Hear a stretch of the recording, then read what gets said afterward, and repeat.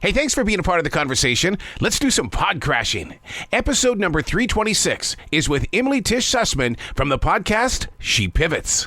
Good morning. I'm great. Thank you for having me. Well, I'm excited to talk with you because you have started a journey here that I think needs to be a part of everything that is growing forward in the way that, we don't know the story. We assume, we read articles about certain people such as Christy. And the thing is, though, is that we don't know the soul of the source. Yeah, and we assume that everyone had an easier time than we're going through. Why is that? It's super important to be. Why is that?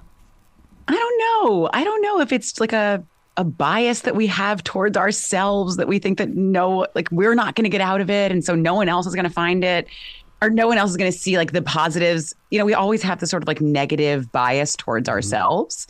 So it's really important to me to be able to tell every part of the story, like the hard part, the medium part, the part you weren't sure you were going to get through, the bad part again, to make sure that people can see themselves when they see these stories of success, that they actually this kind of success is possible for them too. The podcast is called She Pivots, but yet while I listen to the podcast, I feel like it should be We Pivots. because I can relate with so many of these stories because we're all challenged by different things. But I love the fact that you put the focus on the women because it's happening again. Women are coming out of the COVID lockdown and they're coming out stronger and they need leadership, and it's roles like this that you're talking with that really will help pave that way. Well, I think thank you. First of all, I'm glad to see that you see yourself in the show and that so many people do. I think it's a pretty big, important piece to me to make sure that the variety of stories that we tell have huge diversity, not just in terms of like the actual person's background, like the industry that they're in, but what I call like the intervening life event, like the thing that happened to them. So, like this week we had Christy Turlington on. Yeah. Obviously hers was being a supermodel, like the supermodel, and having a fairly traumatic birth and then starting a nonprofit after that. But it could be so many things that throw people off. Like I think we tend to think, especially with women, that the thing that's going to change your perspective is having kids. And in my case, it was. But that's so not the thing for everybody. We had a woman who grew up in a cult and now is a commercial roofer. Mm-hmm. We have people who were fired for their jobs or went through a lot of personal change. We have people who came out of trans. Like there's so many things that can change your perspective. So we want to make sure that we're covering all of them. But it all has to start somewhere. Christy Turlington, the one thing that I loved about that was she was so open to talk about what happened in San Francisco, the Bay Area. She goes to Miami. Oh my God, what a living nightmare it was there for their family. She goes back out to California, and then the way that she has to go to Paris in order to make it to New York to get onto Vogue. Everything had to play out exactly the way that it did. It's so true. I think I love the way that she talks about it, because even that first part of her success, like the supermodel part of her success, like the top line we've all heard was, oh, she was discovered as a teenager. Then in our minds, we kind of fast forward to see her as cover of Vogue, supermodel, walking runways. But actually, she had a couple of years of fits and starts and having to move around to be able to get to even just that supermodel success. I got really touched. I think what really got me, surrounding Christy even more was when she was talking about how her and her sister went to the, had the pictures taken and stuff like that. But her sister didn't get the opportunity. And God, that where my sister or my brother was there with me, but I got to go or I didn't get to go. But I just know that moment so well. Yeah, there are those moments where, yes, that we can see opportunity for ourselves, but we might need to navigate some interpersonal stuff. Mm-hmm. Like they were teenagers, they were teenage sisters. And her sister, in fact, was the one who was more interested in fashion than she was, which, you can't imagine how that must have weighed on her as she was deciding what her options were moving forward. Clearly she decided to stick with it, but so interesting to hear that like those family dynamics, those sibling dynamics, those interpersonal dynamics, like were present for her too. Mm-hmm. Again, like we look and we see this massive success that she is, and we think, oh, of course you got discovered as a teenager. I felt like that was like a big like 90s, 2000s story of like hearing about these supermodels, like, oh, they were scouted, like they saw him as a teenager and like next step is success. But she had to manage her family dynamics. She had to manage going to school, not going to school, moving around. Like she had to manage all of that before even becoming what we know of her as Christy Turlington, the supermodel. And not to say even then after that, the many steps she took. She went to college because she had never gone to college. Right. She went to college at the height of her supermodelness. I don't know even know how to describe it. Like when she was so huge and she went in as a regular student. And even that, all of that was even before this big pivot for her of, going through this traumatic birth where she really could have died with the birth of her first child that then led her into the nonprofit advocacy for women. It's almost like she was called to that place because the way you can hear it in her words and how she explains it. She does it in such the pace is such a loving, caring, compassionate way, as if she's saying, if I can do it, you can do it, and without it really having to say that, but you feel it. Well, I think that's the important part about telling these stories, honestly, in a podcast format. Because in a written format, in a shorter format, we don't get to really dig in to every one of these details where a listener may be able to grab onto what they're saying and say, yes, I can see myself in that. Yes, I had a really hard time with it. Even yesterday on Mother's Day, there was a whole social media trend of people showing their first picture with their baby. And I was thinking, oh my God, this is so unrealistic. Like everybody is looking like they have blowouts and glamorous and happy. And I was like, oh my God, like in my moment, it was traumatic. And I posted that picture and said, like, this is the real parts. Like, yes, social media is kind of terrible for these things. And I just gave it as an example of being good for showing out and for showing the more transparent part of it. But I think that long form interview does allow for us to have many more opportunities, not just to dig into how the interview subject felt about it, but you can hear their tone. And I think that matters a lot, too, for the listener being able to feel where they were and see themselves in that moment. What's really interesting is the fact that, with her talking about, her traumatic moment, Christy, and because my mother had a special needs child, she never openly talked about the struggles. I do not know about her struggles. And I think that Christy's openness is going to allow other people to say, hey, look, it's not as easy. Those pictures are beautiful of our children, but that journey it wasn't what you think it was. Yeah, I mean, first of all, good for you for acknowledging that it was both hard for your mother and that you don't know about it because she didn't talk about it. I think it was a different generation. And I think that, people are used to being able to show the really shiny part of their lives and make everything look like they've got it all under control. I think part of that was necessary for women to be able to really enter the workplace that was only built for men in a really serious way, to be able to be taken as seriously as their male counterparts, because they were up against a perception that they were going to be held back by whatever was going on at home. And so I think that it was necessary in that moment for women to be able to show that they were not constrained by whatever was happening personally. I think that now we're in a different moment. I think there's very little good that came out of COVID. But I think that one of the only things is that it kind of opened up our lives. Like everybody was able to see what was going on behind closed doors. And so we were able to reclaim it, to say, yes, this is happening to me and I can still be a good employee.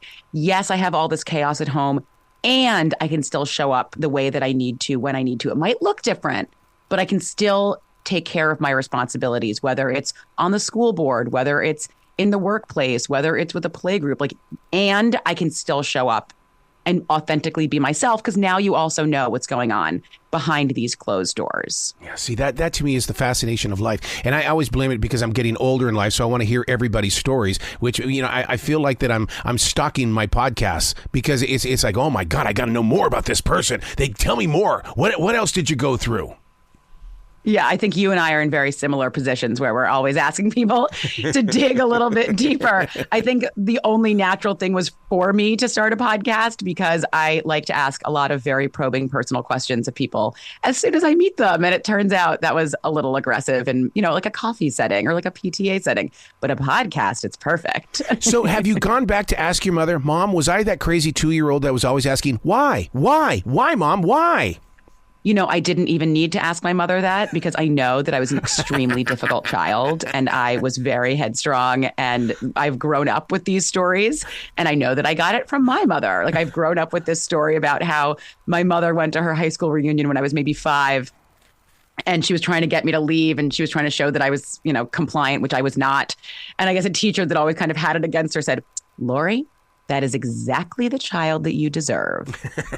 So I've always known that. And in fact, I also now have the child that I deserve. And everybody knows it. And I'm terrified for her teenage years. She's only 4. Would you say that the podcast She Pivots is a celebration of bold moves? I think, yes, we are a celebration of bold moves, but we're also celebrating smaller moves that get us to the next thing.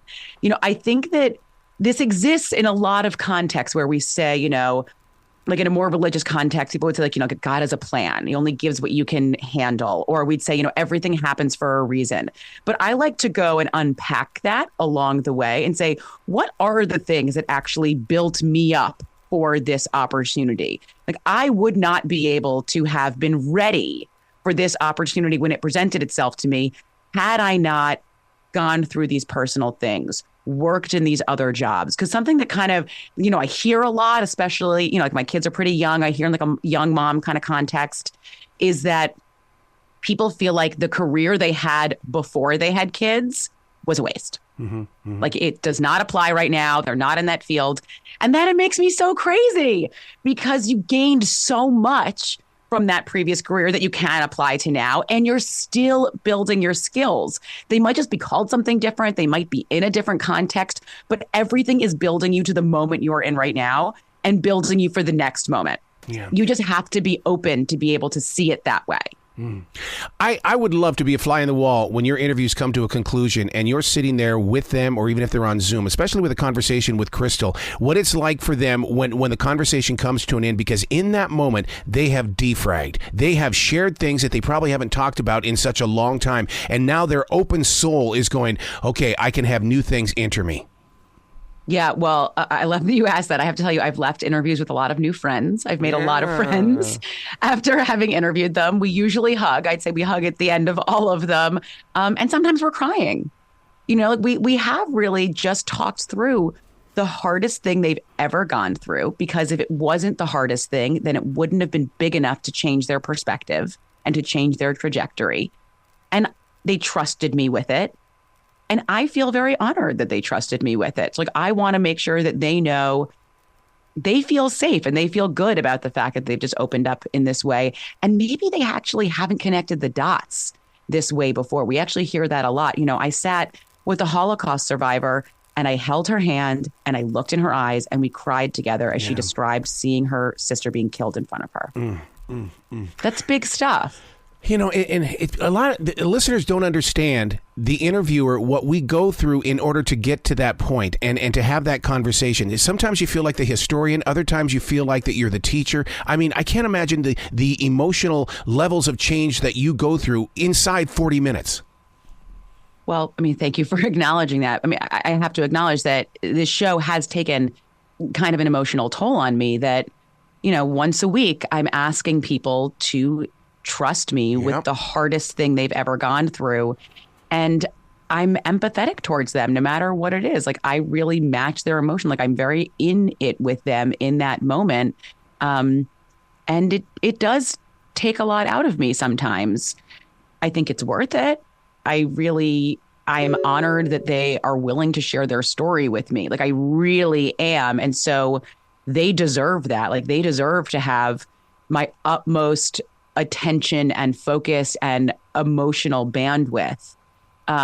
But it does, it's not like my emotional bandwidth is limitless. Like, it does end up having to pull from other places in my life. Yeah. One of the greatest things about listening to your podcast, I think whoever your producer is and whoever is deciding where to put the commercials, it's in the right place, because it gives me a chance to catch my breath, to get myself back together again. And then when we come back from the commercial break, I'm ready to have even more.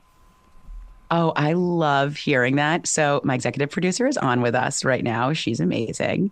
And we have a really good team. Like, we've built our team from scratch. I had a smaller political podcast before this, and I worked with a production company, and it was kind of unsatisfying. Like, I couldn't control every piece of it. I think it was, for me, it was a necessary part of the journey because I learned how to make a podcast. I learned how to do all the different pieces. But when I went into this show, it was kind of a slow build because it was really important to me that I owned every piece of it. And I built every piece of it. And then I had the confidence to do it. And so now we have a very small but very mighty team, and we do every piece of the show together. And I totally trust them. Like part of this learning journey along with me, like as I'm learning it, is that we've all learned and built it together. And my executive producer, who's on with us right now, started with me right at the very beginning before there was even a podcast that existed. And we came up with every piece of it together. And so we've learned along the way. And yes, she does an excellent job. Well, you bring on guests that are just so down to earth, real. And I mean, when it comes to quality journalism, because I think journalism has even changed. And one of your guests was Jo Piazza, who I've been blessed to speak with so many times. And I love the way that she's a true hero in so many listeners' hearts because she brings the story. And there are so many times that I feel like that you're coming from the same vein of creativity. Jo is a riot. She is so much fun to interview. She is so much fun to talk with. And the thing that I love about her, even more than just being a great interview and a great author, is that she really, truly has been a great champion for me. Yeah. She has helped me off camera, offline. She has been in podcasting so many more years than I have and had so much more experience with big networks.